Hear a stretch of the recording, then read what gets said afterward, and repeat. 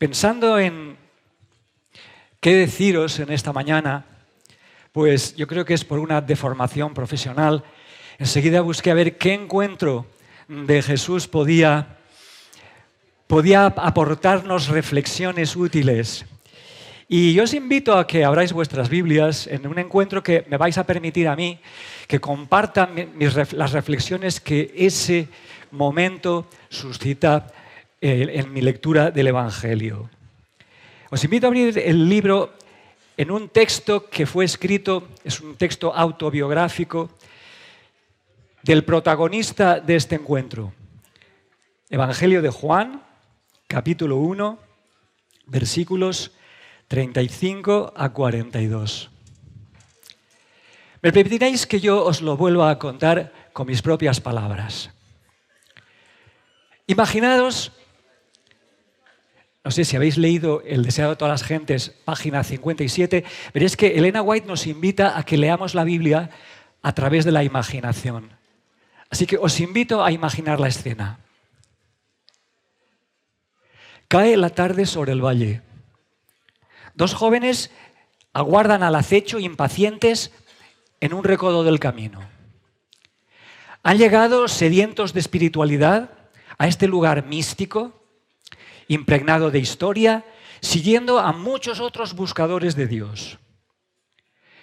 Desde donde están se divisa, no muy lejos, en un despeñadero del desierto, el monasterio que los esenios edificaron allí frente al Mar Muerto. Si Andrés y Juan, que así se llamaban estos amigos, lo decidiesen, en muy poquito rato podían llegar hasta la puerta de ese monasterio. Monjes vestidos de blanco, con unas túnicas impecables, bañados varias veces al día, los animarían a ingresar en la comunidad ensalzándoles las virtudes de la espiritualidad ascética, monacal. Israel ha apostatado, les dirían. No escuchéis a su clero corrupto, os engañan. La verdad no la tienen ni los sacerdotes ni vuestros doctores de la ley. Solo la enseña nuestro director espiritual, al que llaman maestro de justicia. Seguir sus preceptos es el único camino de salvación. Los predicadores esenios, en efecto, están muy convencidos de que a el reino de Dios se accede retirándose del mundo. Y sabéis cómo ellos lo han pensado muchos miles de creyentes a lo largo de la historia. Pero Juan y Andrés tienen amigos celotes que luchan en la clandestinidad y que les han enseñado exactamente lo contrario. El reino de Dios hemos de imponerlo nosotros, les decían, rompiendo el yugo opresor de Roma. Tenemos que combatir con nuestras propias fuerzas, hasta con nuestra propia sangre, a los enemigos de Jehová de los ejércitos. Nosotros tenemos que hacer venir el Mesías para que nos libere de todos los males. Los celotes que Juan y Andrés conocían eran muy valientes. Tan valientes que podían llegar al sacrificio y cada 2 por 3 alguno era encarcelado o torturado y ejecutado por terrorista. ¿Qué camino nos salva?, se preguntan. ¿La lucha contra los enemigos de Dios o el aislarse del mundo con todas las consecuencias?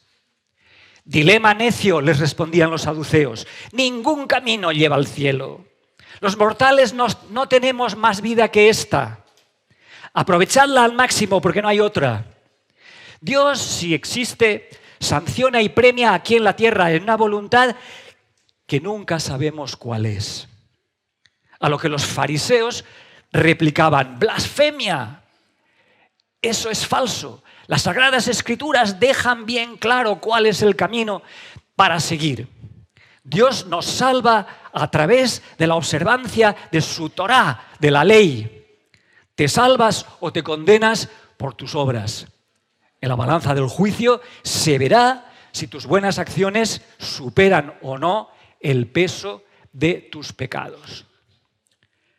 Ante esta encrucijada, los jóvenes caminantes no saben qué dirección tomar. Varios caminos, varias verdades. En este mundo donde tanto abunda la mentira, entonces y hoy, ¿A quién creer? ¿Dónde está la verdad? ¿Qué camino escoger? Grandes preguntas que perturban a esos jóvenes tan sanos que han viajado desde muy lejos para escuchar allí a un nuevo profeta, que llaman el Bautista, y al que siguen ya como discípulos, interpelados por un mensaje distinto. El mensaje del joven Bautista es: arrepentíos. Arrepentíos porque el reino de los cielos se ha acercado. Mostrad frutos de arrepentimiento en vuestros corazones. Dejad que Dios os limpie de vuestro pasado. Renaced como simbolizamos en el bautismo, como si resucitaseis a una vida nueva. Necesitáis el poder de Dios para salvaros. Yo os bautizo en agua para marcar la ruptura, pero detrás de mí viene quien os va a llenar de poder y quien va a poder transformaros por dentro. De sus propios labios, estos jóvenes lo han escuchado. Para saciar su sed espiritual, ya tienen un guía, pero que no ha llegado aún. Yo no soy más que una voz que clama en el desierto, les dirá el profeta. Yo solo preparo el camino. Debéis seguir al Mesías prometido, el ungido, el Cordero de Dios. Él sí que quita los pecados del mundo. Él es el único capaz de transformar nuestras vidas. La pista para estos jóvenes no parece muy clara, pero sí que saben que la clave de lo que ellos buscan no está allí en el Jordán, pero está aún menos en las celdas del monasterio de Qumrán, ni está en el templo de Jerusalén, ni está en los piquetes de los sicarios celotes, ni en las aulas de los doctores de la ley. Esos caminos ninguno conduce a la verdad deseada. La clave de la búsqueda la tiene Juan, pero es de alguien que está por venir. Por eso, el momento en que nos situamos, que están esperando, su inquietud se enardece cuando el profeta les anuncia, señalando a un desconocido que baja por la montaña. Por fin, allí llega. Es él, queridos amigos. Seguid a ese caminante, seguidle donde él os lleve. Aquel hombre de rostro, yo creo que anguloso, después de 40 días de ayuno, tostado por el sol, ese es el maestro a quien deben seguir. Embargados por la emoción, los jóvenes salen impacientes a su encuentro, pero él no sabe que nadie le espera y sigue avanzando sin detenerse, nos dice el texto. Aunque su paso es firme y decidido, no parece tener prisa. Y los jóvenes lo alcanzan, pero no se atreven a dirigirle la palabra. En aquella sociedad, los jóvenes son muy respetuosos, lo cual ya nos demuestra que estos chicos eran bastante más jóvenes que Jesús, y le siguen detrás. Le siguen tan de cerca, que nos dice el texto bíblico, que el viajero se da cuenta, se gira y les pregunta, versículo 38, ¿qué buscáis? Curiosa pregunta, ¿no? ¿Qué buscáis? Los muchachos, sorprendidos, no aciertan a responder, no saben formular lo que buscan. Si yo os preguntara ahora en este momento, aquí has venido buscando ¿qué? Quizá vosotros sepáis responder, pero ellos, confundidos, desorientados, insatisfechos de la vida, desean encontrar algo que le dé sentido, algo que les motive y que les aporte satisfacciones profundas y duraderas. ¿Qué buscáis? Pregunta impertinente. Lo que buscan, sin duda, no es muy distinto de lo que buscan en algún momento de su vida todos los jóvenes sanos. De lo que buscáis aquí, quizá algunos de vosotros. Buscan, más allá de cualquier urgencia inmediata, algo que les dé fuerza y sentido para reorientar su existencia. Un guía fiable, una vocación motivadora, una fe auténtica, una ocupación que valga la pena, un amor duradero. ¿Qué buscáis? Y ellos que se están planteando seriamente qué buscan, le responden a su vez, no le responden a la pregunta, responden con otra pregunta. Maestro, ¿dónde te hospedas o dónde moras? Es decir, no queremos importunarte ahora, pero dinos dónde podemos encontrarte cuando te necesitemos. La pregunta implica, de una manera bastante velada, pero clara, es que te buscamos a ti. Porque muchas veces, sin saberlo, queridos amigos, pensamos que buscamos algo cuando en realidad necesitamos a alguien. Maestro, ¿dónde poder encontrarte? Los dos amigos están deseosos de escuchar las enseñanzas de este nuevo rabí que el Bautista les ha asegurado que es el Cordero de Dios que quita el pecado del mundo. Clave extraña que no comprenden.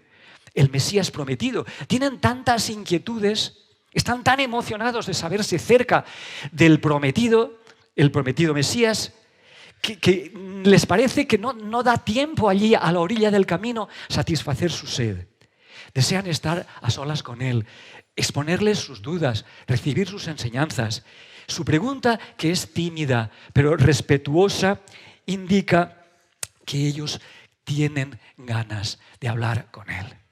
Jesús entiende muy bien su pregunta. Él también sabe que morar, Él no mora allí, no se hospeda exactamente en ningún sitio, porque morar es permanecer, residir, habitar, y Él no tiene la intención de quedarse en ese lugar. Por eso, observad su respuesta, versículo 39, Él no les indica un lugar, les indica una presencia. Venid y ved. Venid y ved significa exactamente y nada más que seguidme. El Maestro, queridos amigos, ya ha elegido a sus dos primeros discípulos. Por sorpresa para ellos, este Maestro no se encierra en ningún domicilio fijo. Este Maestro reside en el venir y en el ver de quienes lo siguen. A Él se lo encuentra viniendo, y viniendo significa salir de donde estás, y viendo, es decir, mirando lo que no mirabas. Para encontrarlo a Él no hace falta acudir a un lugar sacralizado a ese fin. A Jesús se le encuentra allí y entonces, siguiéndole, viniendo y viendo, acercándose a Él y observándolo bien. Sí, queridos amigos, hoy también es así. Para encontrar a Jesús solo basta venir a Él y abrir los ojos del alma. Mirad en la dirección correcta. La respuesta a tu búsqueda, a nuestra búsqueda hoy y a la de aquellos jóvenes en aquel tiempo, reside en estos dos verbos de acción, que es una sola acción conjunta. Acercaos a mí, dirá Jesús, y mantened bien abiertos los ojos espirituales. Es decir, para encontrar lo que buscan, basta conseguir a Jesús. Y eso es lo que hacen Andrés y Juan. Y lo siguen, no sabemos dónde, porque en realidad no hay ninguna habitación. Si buscáis en cualquier sitio, los arqueólogos no han encontrado moradas en esa zona del Jordán. Entonces, ¿a dónde los lleva Jesús? Los lleva a una cueva de las muchísimas que hay allí, donde Él probablemente se ha quedado cuando estuvo viniendo al Bautista, en un cobertizo en los que se refugian las caravanas que pasan por allá, o quizá, como era lo más corriente en la época, Él lleva ahí una tienda de campaña a las espaldas y comparte su estancia con estos jóvenes esa noche. No lo sabemos, pero lo que sí sabemos es que siguieron a Jesús, les mostró dónde pensaba quedarse esa noche y se quedaron con Él. Se quedaron con Él y, ¿sabéis? Ese quedárselos con Él o invitarlos, eso es lo que la Biblia llama elección. Jesús ve su sed interior, sabe lo que puede transformar sus vidas, por eso los ha elegido. Porque elegir para Jesús, como en la Biblia, en la elección espiritual de la que la Biblia habla siempre, No es un acto que excluye a unos para aceptar a otros. Elegir consiste para Dios en la convergencia de dos voluntades, la de Él que llama y la del que responde. Por eso, cuando Jesús invita, puede decir que son muchos los llamados y pocos los elegidos, porque para elegir hace falta el concurso de tu voluntad. Y Jesús los invita sencillamente a seguirle, no con órdenes ni exigencias, sino simplemente los invita a compartir su aventura. Porque para ser elegidos solo se necesita decir que sí. Y así estos jóvenes empiezan a avanzar y a crecer al lado de Cristo. El recién estrenado maestro ha renunciado a la vida cómoda que llevaba seguramente, o por lo menos más fácil, del carpintero, del constructor, y ha decidido tomar la vía mucho más difícil del maestro, es decir, del educador.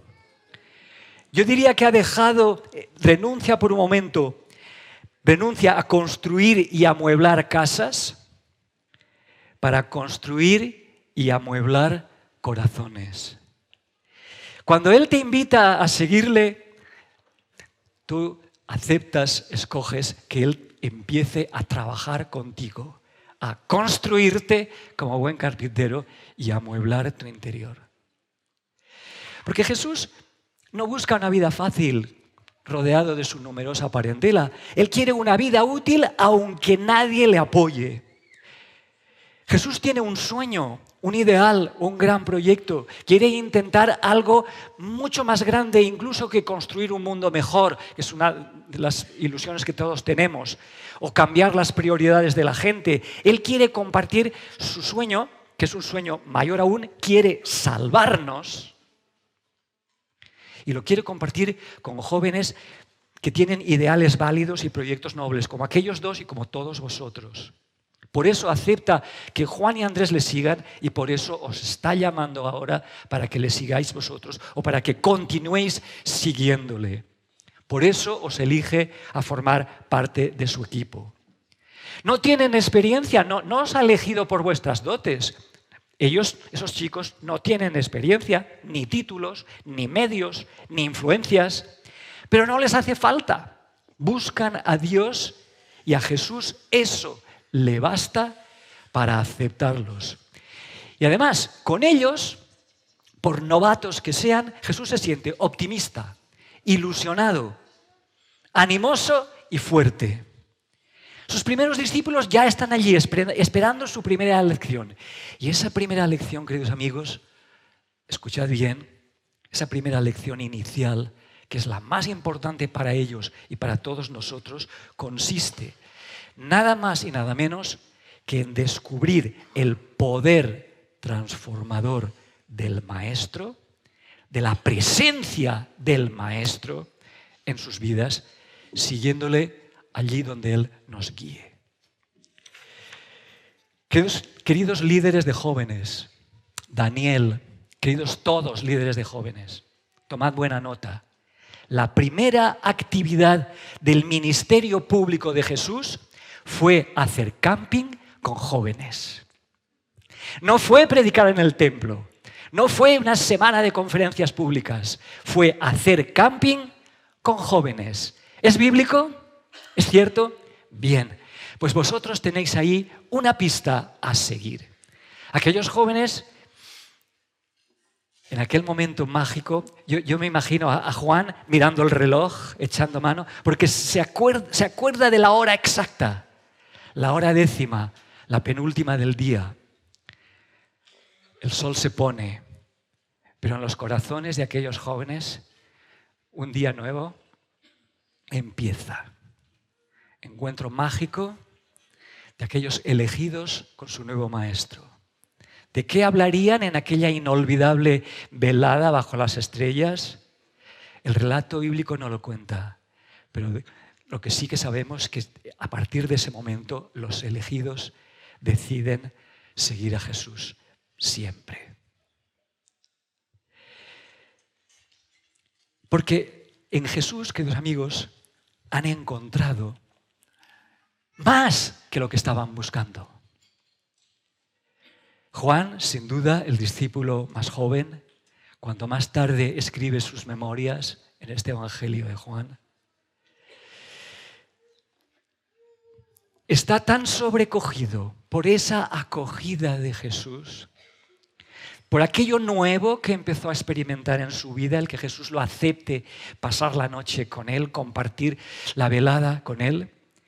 Esta asombrosa capacidad de afecto del Maestro, esa emoción de sentirse aceptado y comprendido y no saber cómo reaccionar abrumado de tanto afecto, que desde entonces él va a designarse a sí mismo con el más atrevido título honorífico que nadie haya ostentado jamás, el discípulo al que Jesús quería, o quería increíblemente. Con otras palabras, Juan se va a reconocer a sí mismo como el elegido. Esta es la primera gran lección que Jesús le da. Y la lección que va a enseñarles a lo largo de toda su vida es a poner en práctica el verbo amar, que en la Biblia es buscar el bien del otro. Buscar el bien del otro. Los elegidos descubren así en Jesús el verbo hecho carne, o sea, amar en acción. Y descubren que para encontrar el sentido de su vida no necesitan necesariamente subir al templo, lo pueden encontrar allí, en el abrazo del agua en el baño de la tarde o en la comunión de compartir unos dátiles o unas granadas con alguien y en la contemplación maravillada, estremecida de las estrellas. Los viajeros han encontrado lo que buscaban, pero su nuevo maestro los desconcierta. No solo los acepta a su lado, sino además que les anuncia que los ha elegido para una misión. Y eso es lo que ellos van a hacer. Si leéis la continuación del texto, veréis que lo primero que hacen al llegar a su casa es compartir su misión con sus hermanos y sus familiares. Por pronto, los elegidos, gracias al trabajo de estos primeros, serán 12. Y después 70. Más tarde 120, después miles. Y gracias a alguno de ellos, hoy tú y yo estamos aquí. Y estamos escuchando otra vez el llamado del Maestro. Ven y ve, acércate a mí y abre bien los ojos. Te estoy eligiendo para una misión. Porque somos elegidos para continuar la misión de Jesús y hacer realidad su sueño. Queridos amigos, elegidos por Jesús, ¿vamos a disfrutar solos de este privilegio? ¿O vamos a hacer como ellos, pasar la invitación a otros para que también experimente el privilegio y el gozo inigualable de llegar a ser elegidos por Jesús para continuar su obra hasta que Él vuelva? Que Dios os dé esa valentía y ese gozo. Os invito a ponernos de pie para orar juntos.